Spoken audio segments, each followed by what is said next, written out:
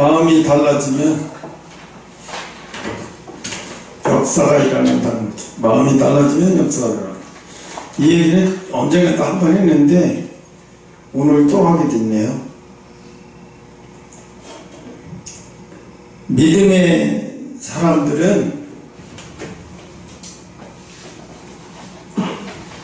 여러 사람이 교회를 지키는 게 아니에요. 재작년에 정광훈 목사님이 감옥에 있었고, 교회는 포크레인으로 또 이 재건축 그거 하는 전문으로 하는 업체들이 야구방맹이 포크레인 들고 와서 교회를 막 깨부수고 할 때 교회에 있던 웬만한 사람들은 다 도망갔어요. 교회에서 도망가 버렸어요. 다. 내가 봤거든요. 다 도망갔어요. 그런데 거기 몇몇 충격을 먹은 것은 거기 여자분이 있었어요. 50대 정도에. 50대 정도의 여자분이 있었는데 옷을 몇 개씩 껴입고 뚱뚱 입고 그 웬만한 돌 같은 거 맞아도 아프지 않으려고 작정을 한 것 같아. 뚱뚱 입고 거기서 계속 울면서 버텨요. 아버지 도와주세요 그러면서 계속 버티더라고. 저 밑에서는 조합에서 온 철거 그 깡패 같은 사람들이 빨리 비키라고, 빨리 내려오자면 당신 죽는다고. 그래서 포크레인을 막 찍어 제키는 거예요. 그러니까 그 위에 있던 나이 드신 집사님, 장로님이 아니에요. 집사님이 돌을 갖고 주머니에 잔뜩 올라와서 자기가 다이 것처럼 막 밑으로 집어 던져버리더라고. 돌을 포크레인 쪽으로 막 유리창 깨지도록 막 집어 던져버리더라고. 그때 내가 그걸 보면서 어떤 생각이 들어요. 아, 사람들의 기회 끝났구나. 이제 절에서 다 헐려버리겠구나. 근데 난 이렇게 보고 있는데 이 교회가 곧 헐려지겠구나. 누가 봐도 이거 헐어지겠더라고. 왜? 이제 웬만한 성도들 다 갔어요. 거기 몇 명만 남아서 피가 터지고 막 울고 불고 하는 사람들 한 20명도 안 돼요. 한 10명, 10명, 10명 남았어요. 다 그냥 붙잡아가고 경찰에 잡아가고 잡혀가고 끌려가고 이러고 다. 아니면 자기 스스로 그냥 두려우니까 그냥 가버리고 자기한테 억울하니까. 그때 그 얘기가, 교회 상황의 얘기가 감옥에 있는 정광훈 목사님한테 들어갔어요.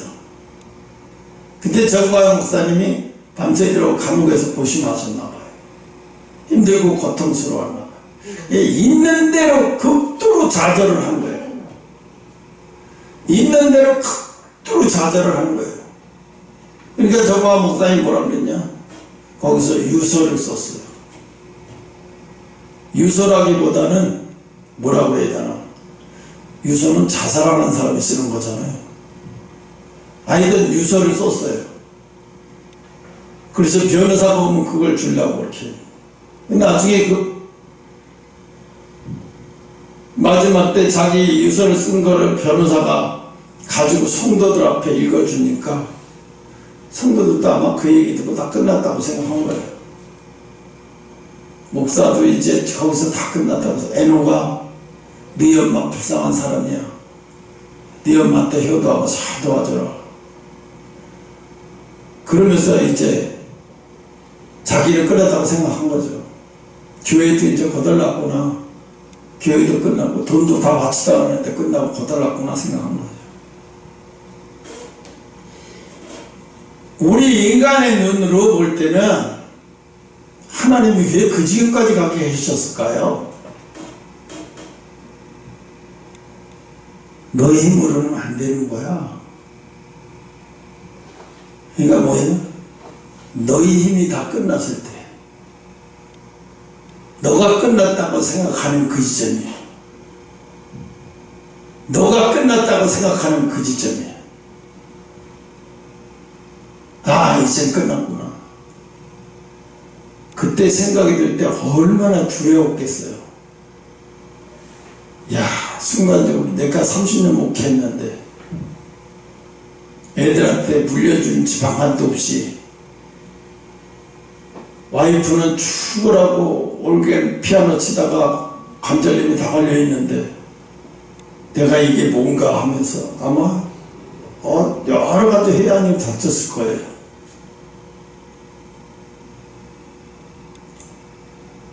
그런데 목사님은 포기했는지 모르겠는데 그 유서를 보니까 목사님은 포기한 것 같아요. 교회도 이제 자기도 포기한 것 같아요. 누구만 포기하느냐면 교회 그 부수분인데 옥상에 올라가 있는 4-5명이 여자도 한 분 계시고 집사님도 한 분 계시고 또 하나는 집사가 아니라 그냥 성도야. 젊은 성도 하나가 있어. 그렇게 십자가 딱 끝까지 올라가서 거기서 버티고 있는 거예요. 죽어도 못 내려간다. 버티고 있었어요. 내가 그거를 유튜브로 생중계 내면서 이렇게 보는데 정말로 사랑교회가 이제 끝났구나 생각이 됐어. 이제 광화문운동도 끝났나? 이걸 이렇게 끝나는 건가 했어요. 이게 다시 회복이 돼서 전화위복이 될 거라는 건 상상조차도 못했어요. 그래서 우리는 그걸 깨달았냐면 우리가 할 것은 뭐냐면 완전히 바닥까지 갔어도 포기는 하지 말아야 되는 거예요. 그걸 보고 깨달은 게 뭐예요? 포기하는 말을 하지 말아야 되는구나. 내가 포기할 것 같은 바닥까지 내려가도 입으로 포기하는 말을 하면 안 돼. 절대로 포기하는 말을 하면 안 돼. 의사들이 그랬죠. 의사들이 1%, 5%만 가지고 희망이 있어도 요즘에는 5%, 2%의 희망만 갖고 있어도요, 의사들이 요즘엔 수술해요. 수술하려고 덤벼들어요. 왜? 안 하는 것보다 해보고 그래야 그렇게 자꾸 하다 보면 의사들도 의술이 늘어나요. 엄청난 의술이 늘어나죠. 거의 죽었다고 생각하는데 우리도 이거 수술하면서 반신반의했는데 수술을 다 해놓고 하여튼 인간으로서 다 해놓고 의사들도 그러잖아요. 수술 잘 끝났습니다. 그 환자가 부모가 그럼 사는 거예요. 아니요, 그건 아니고요. 우리가 의술로 할 수 있는 최선의 방법을 다 동원해서 했습니다. 수술 진짜 잘했습니다. 그런데 이제 나머지는 저 환자에 달려있다. 환자가 지금 무슨 생명도 힘도 하나도 없는 환자가 무슨 살려고 하는 저 사람의 의지. 저 사람이 살려고 하는 의지. 배 갈라가지고, 머리 갈라가지고 있는 사람이 무슨 의지가 있어요. 그 속에서 살아야겠다고 하는 강한 의지가 있는 사람은 의지 않게 힘이 나온다는 걸 의사들 너무나 잘 알아요. 그러니까 뭐라 그래요? 환자한테 달렸대, 이제 환자가 자기가 살아야겠다는 의지가 얼마나 강한지에 따라서 회복이 될 수도 있고 안 될 수도 있단 말이에요. 그러니까 의사들이 수술을 90% 해놓고 나머지는 10%는 환자한테 맡기는 거예요. 네 의지가 얼만큼 살려가는 의지가 강한지, 네 속에서 얼만큼 살려가는 의지가 강한데, 수술을 하려고 할 때 이 의사가 환자가 살려고 하는 의지가 전혀 없어. 근데 수술해봤자 5% 10%밖에 안 돼. 이 사람들은 의사가 이 사람들한테 수술하라고 권하지 않아요. 왜? 이미 의지가 없어요. 이런 사람은 수술을 아무리 잘해도 살 가능성이 없는 거예요. 의지가 없는 거예요. 그럼 뭐라고 그러냐면 환자가 도와줘야 된대요. 의사가 수술을 잘해야지 무슨 환자가 환자가 도와준다는 얘기는 끝까지 자기 생을 포기하지 않는 거예요. 살려고 하는 의지가 포기하지 않는 거. 그래서 의사들은 다 수술해놓고 우리가 할 일 다 했습니다. 이제 환자한테 맡기시죠. 저분이 살려고 처음에 수술할 때 들어갈 때 살려달라고 절대로 자기 포기하지 않고 이대로 떠나지 않겠습니다 하고 그 얘기했으니까 저분을 믿어보시고 우리 기다려보시죠. 이렇게 한다고. 하나님도 마찬가지예요. 하나님이 우리에게서 뭘 보시냐면요, 대단한 걸 보는 게 아니에요. 남들은 다 가나안 땅에 들어가서 그 가나안이 무기가 어마어마하게 있고 뭐 상상조차 안 되는 군사력에다가 또 1대1 군사를 비교해도 게임도 안 되는데 10명은 다 포기하고 하는데 2명은 얼마나 살기 좋은 땅이라는 걸 증거로 보여주고 싶어서 그걸 무거운데 그거를 들고 와서 증거로 보여주는 거예요. 하나님은 우리에게 보여주신 게 뭐냐면, 우리를 보는 게 뭐냐면요, 끝까지 포기하지 않는 거예요. 사정이 어떻든 환경이 어떻든 끝까지 포기하지 않는 거예요. 응? 여러분, 조용필이라고 하는 가수가 처음부터 큰 가수가 아니었어요. 장사, 노래도 잘 팔리지 않고 그래서 뭘 했냐면 술집을 했어요. 라이브, 카페, 술집. 그래서 라이브 카페 술집을 했는데 그 전원일기 했던 그 박예수 씨, 일령이하고 친구래요. 그러면서 그랬대. 인수야, 네가 좀 노래 좀 해. 내가 무슨 노래를 하긴 해. 오늘 손님도 없으니까 내가 올라가서 좀 해. 그래서 가끔씩 거기 가서 노래를 하고 그랬대요. 그러고 나서 이제 조용필이 어마어마하게 뜨고 나서는 서로 바쁘고 머리가 이렇게 거리가 멀어졌다. 그 사람은 그러더라고. 조용필이 하루아침에 뜬 거 아니에요. 장사가 안 되고 라이브 카페 해가지고 손님이 없어서 쩔쩔 맨 적도 있다, 이런 얘기지. 근데 사람들은 그래요. 어이, 그런 대스타가 그런 경우가 어딨나, 이러죠. 그렇게 잘 나가지 않았어요, 이렇게 얘기하죠. 그 오늘 세상을 조금 비유해서 그러는데요, 세상에 성공하는 사람들 다 이래요. 쉬운 건 하나도 없어요. 응? 오늘 여호수아 칼렙이 그 사랑제일교회도 그 여호수아 칼렙의 그 영성을 받은 사람이 있는 거예요.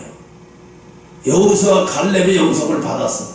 누가 봐도 이거 여기서 교회 못 일어나, 이거 교회 헐리게 돼 있어, 이런데도 그 십자가 맨 꼭대기 망 위에 올라가서 버티고 안 내려오는 거예요. 나중에는 밑에 음식을 가지고 밤에 올라서 음식 갖다 주고 그랬어요. 페트병에다 오줌 싸고 빨리 가서 데리고 오고 정말 그랬어요. 근데 이거는 뭐 교회를, 자기 아파트를 얻으려고 해서 아파트 입주권 얻기 위해서 대무하고 엄청나게 싸우잖아요. 이 교회 뭐 십자가 그 옥장에 올라가가지고 만들어가지고 나중에 만들어가지고 자기한테 생긴 게 뭐 있어요? 잘못하면 이제 내려오면 감옥 가는 거야, 이 사람은. 왜? 공무집행 망해는 이제 감옥 가는 거야. 내가 알기로는 감옥을 갔어요, 그 사람. 나왔는지 안 나왔는지는 모르겠는데 갔어요, 감옥을. 그런데 사랑제 이끌을 저렇게 있게 만든 사람들이 그 사람이에요. 그 10사람도 안 돼요. 그 10사람도 안 되는 그 사람이 하나님이 보시기에 여호수아 갈렙이었던 거예요. 끝까지 포기하지 않고 어떠한 경우도 포기하지 않는 거예요.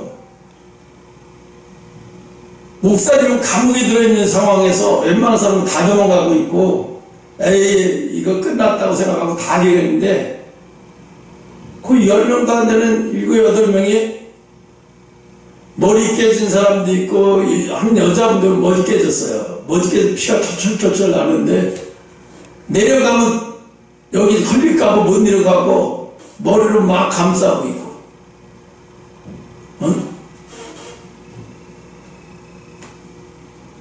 결국은 뭐죠? 그 사람들도 그렇게 한쪽으로는 두려웠을지도 모르겠어요. 한쪽은 두려웠을 수도 있어요. 신앙은 결국은 뭐냐면 두려움과 싸우는 거예요. 두려움과 싸우는 거라고요. 두려움과 싸우는데 뭘 봐요? 두려움과 싸우면서도 하나님만 보고 있는 거예요. 만약에 기생나합이 자기 집에 정탐꾼이 왔을 때 이게 보통 부담스러운 게 아니에요. 왜 하필이면 많고 많은 집에서 우리 집으로 와가지고 골아퍼? 응? 그잖아요. 하필이면 많고 많은 집에서 우리 집으로 와. 안 숨겨줄까?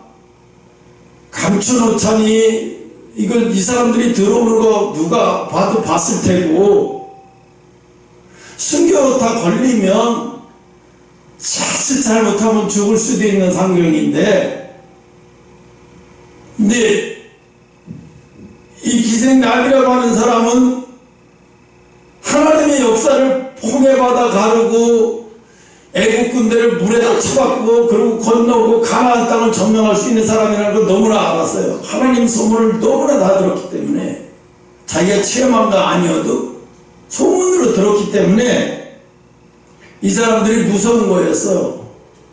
아, 이대로 이루어지겠구나. 그래서 기생나합은 뭐야? 두려움과 싸우기 시작한 거예요. 자기 옥상에다가 항아리 속에다가 감춰놓고 가나안 땅에 그 군사들이 자기 집으로 쳐들어왔을 때 얼마나 겁나고 오금저리는 일이 있어요. 잘못하면 우리 가족 다 죽이고 몰살당한 일이에요. 그런데 그 몰살당할 위기에 처해 있는데, 그 도박이 있죠, 도박을 할 때, 지지난주에도 그런 얘기 했을 거예요. 마천 경마장에 가면 도박을 할 때 어떤 말을 선택하느냐. 그래서 1등 하는 말을 선택하는 사람들은 막 호호 난리가 나고 막 손뼉 치고 박수치고 난리인데, 꽝을 당한 사람들은 막 종이 찢어버리고 발로 차고 거들치고 확 난리가 나죠. 여러분의 인생을 확실하게 걸어야 돼요. 어디다가? 하나님 앞에 거는 거예요. 내 인생을 확실하게 하나님 앞에 걸어버리는 거예요. 그리고 흔들릴 수 있어요.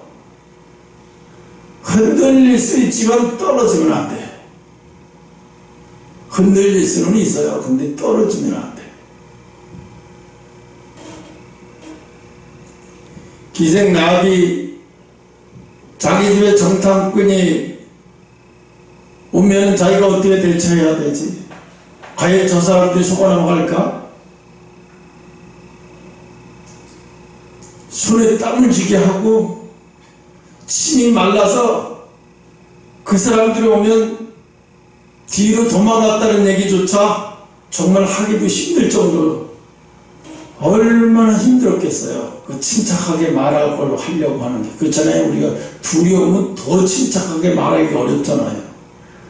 아무렇지도 아주 편안하게 말할 수 있는 게 쉽지는 않죠.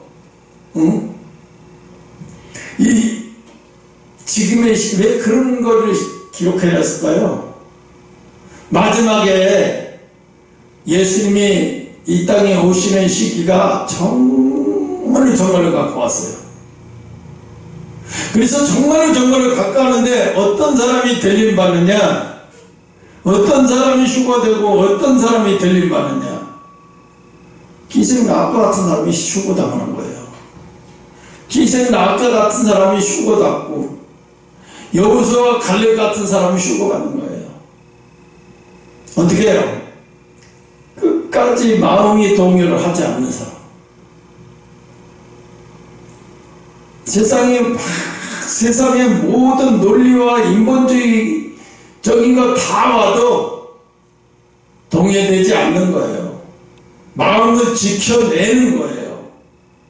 그러니까 마음을 지켜내려면, 예를 들어서 춘향이가 남편이 과거 보러 간다고 혼인을 해놓고 가버렸어.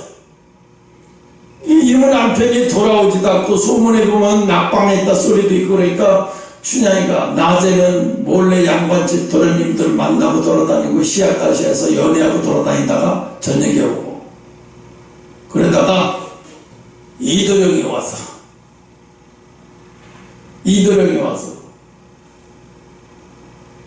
그럼 어떻게 되겠어요? 그럼 춘향이 꼴이 어떻게 되겠어요? 자기가 떳떳하게 못 나가요. 아이고 서방님 오셨어요. 내가 절개를 지키면서 이렇게 나 떳떳하게 못 나가요. 왜? 자기가 떳떳하지 못하게 못 나가는 거예요. 그러니까 어떻게 해요?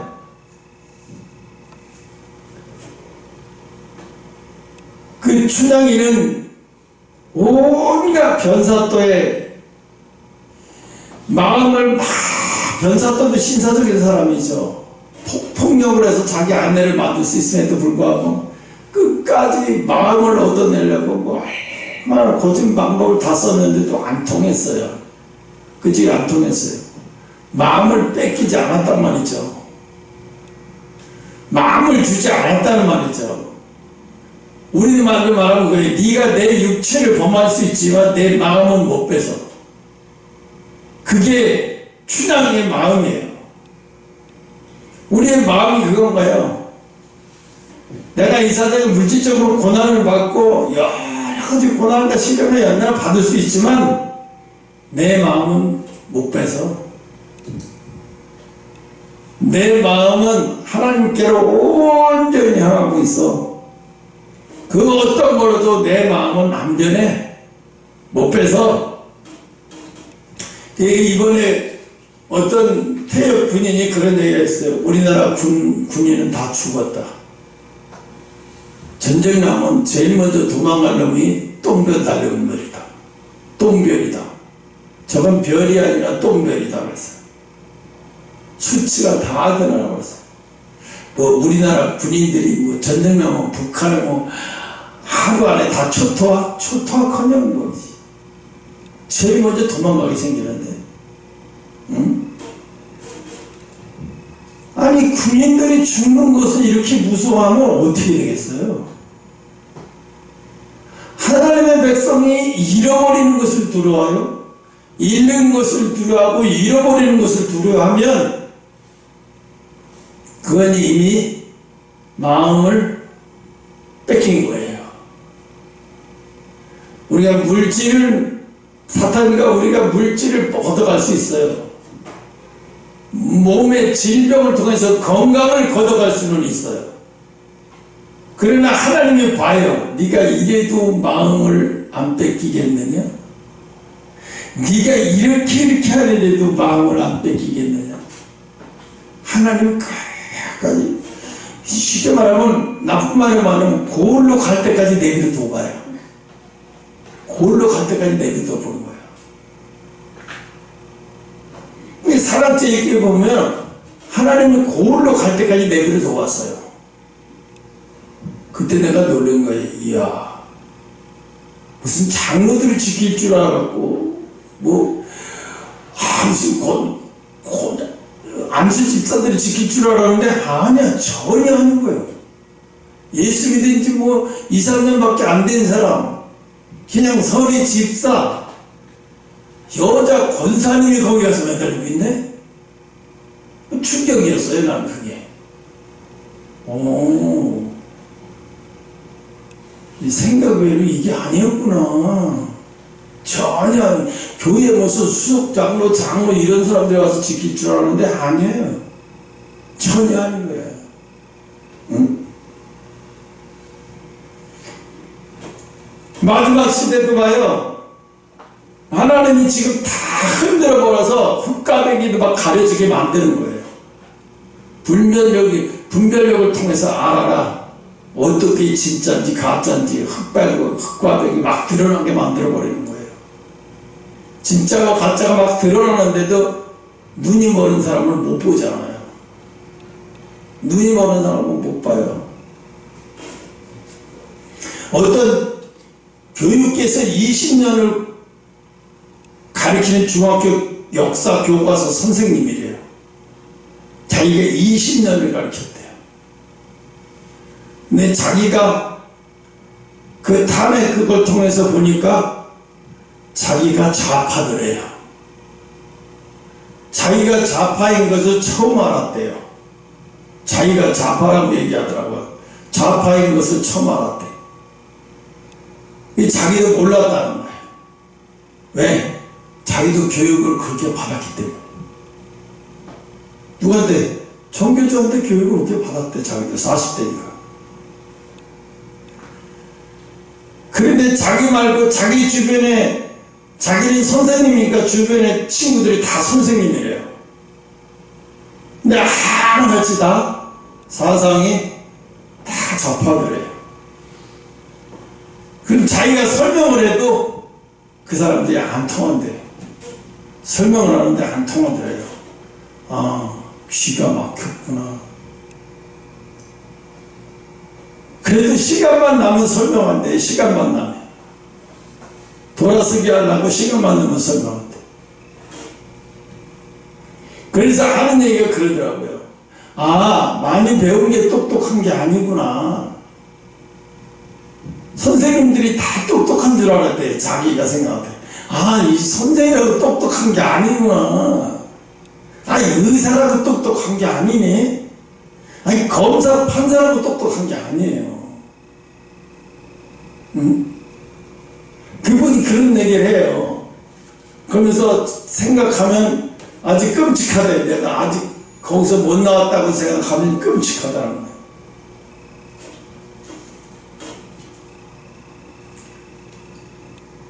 마음을 변하지 않게 간직하게 마귀는 우리에게 하나님이 허락하셨어요. 이 마지막 때는 마귀가 마음 놓고 흔들어요.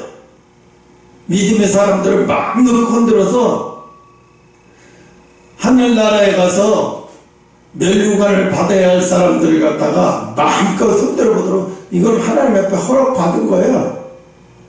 이 마음 놓고 흔들어요.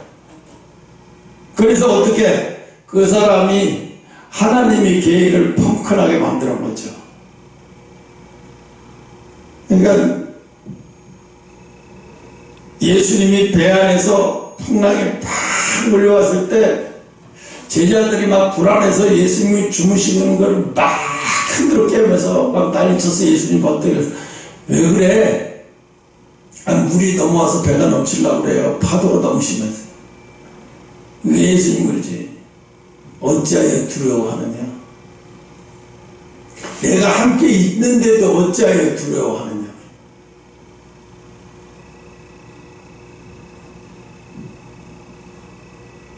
여러분, 가면 갈수록 마귀는 우리에게 그래요. 세상을 두려워하게 하는 게 아니라 내가 영적으로 한 발 한 발 가는 것을 두려워하게 만들어요. 그래서 자꾸 의심하게 만들고 두렵게 만들고 의심하게 만들고 또 의심하게 만들고 또 두렵게 만들어서 영적으로 성장하거나 영적으로 앞으로 한 발 한 발 가지 못하도록 방해를 놓는 거예요. 응? 그래서 어떻게 해요? 여호수아 갈렙처럼 지생아합처럼 걸었으면 끝장을 봐야 돼요. 뭐요? 이 길 아니면 없다고 생각하는 거예요. 사실 없어요. 이 길밖에 없는 거예요. 구원의 길은. 다른 방법이 없어요.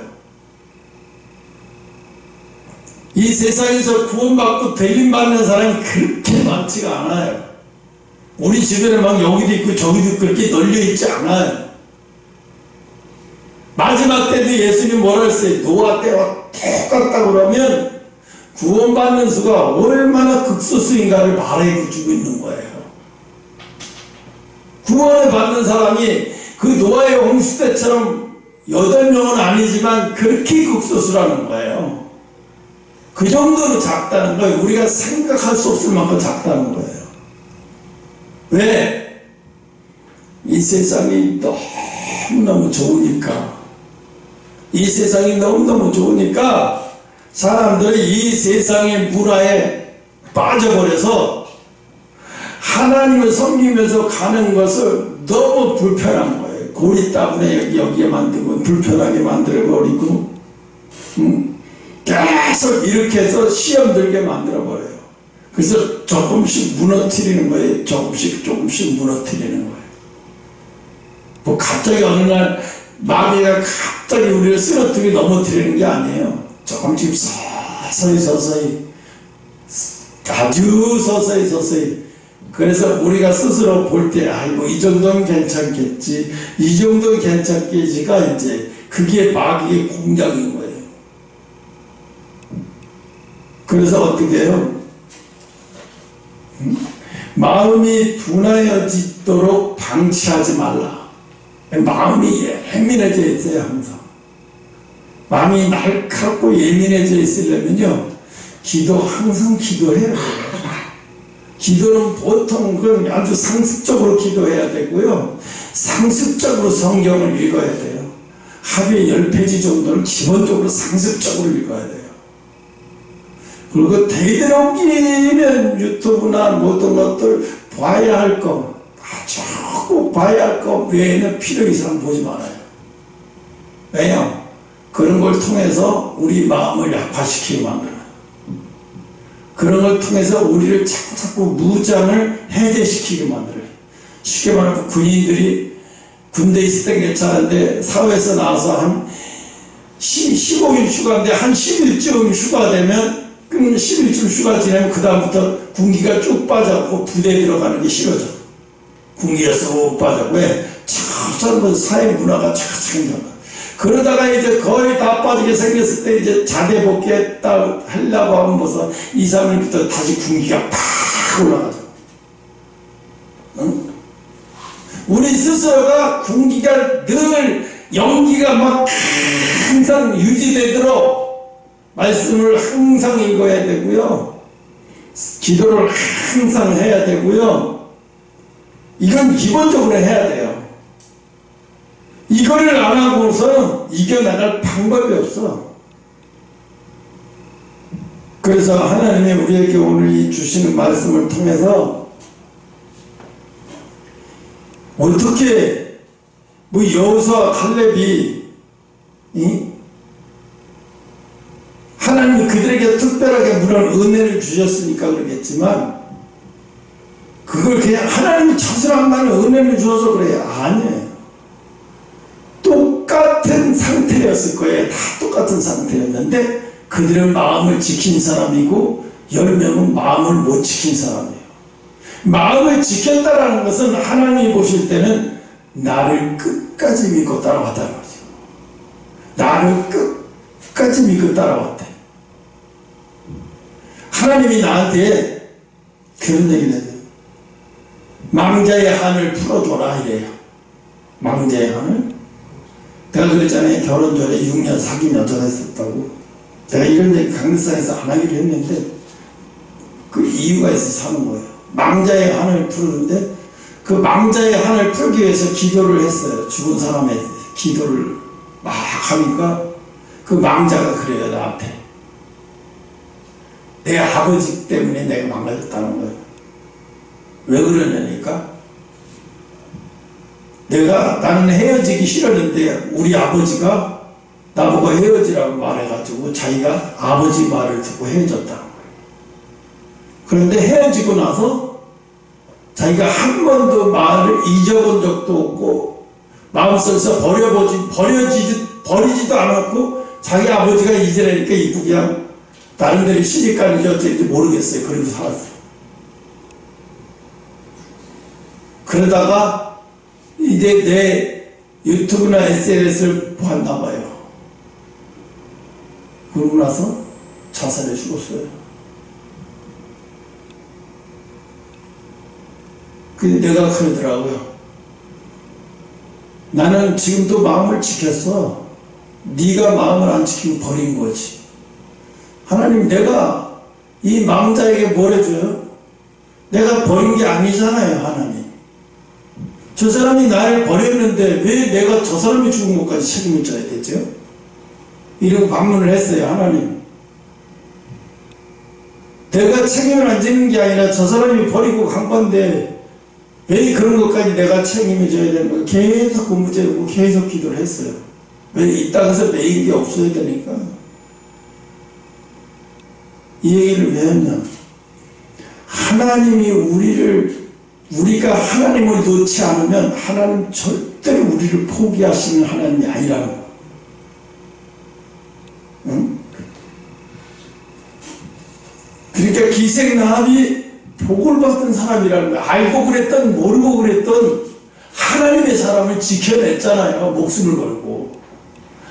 이렇게 알지도 못해도 하나님의 사람을 목숨을 걸고 지켜내니까 이런 복을 받았는데, 우리 알고도 지켜내면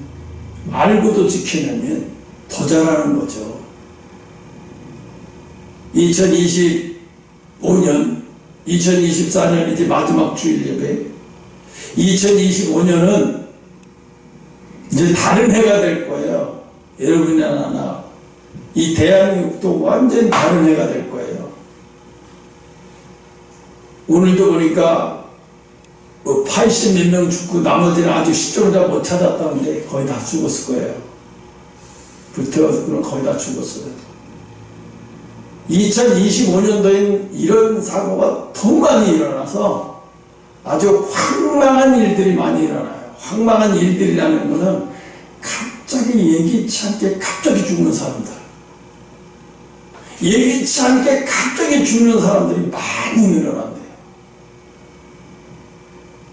이게 우연이냐? 우연이 아니래요. 하나님이 하시는 거래요. 그래서 2025년도에 이런 아주 황망한 일이 많이 일어날 거예요.